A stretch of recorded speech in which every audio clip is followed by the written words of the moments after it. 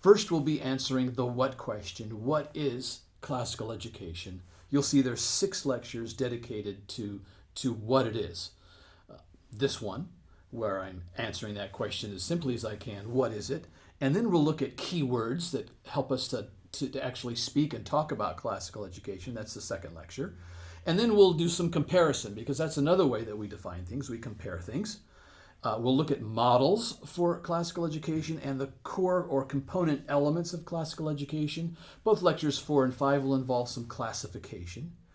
And then during the 6th lecture, we'll be looking at the history of classical ed. It will be a very brief history. In 30 or 40 minutes, I'm going to describe, survey, trace the history of classical education going from the biblical tradition, the Old Testament, through the Greeks and the Romans, to the church age, and to the secular or modern age.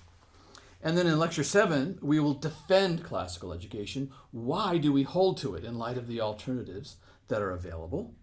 And then the last 4 lectures will address the question of how. How do we actually implement classical education today?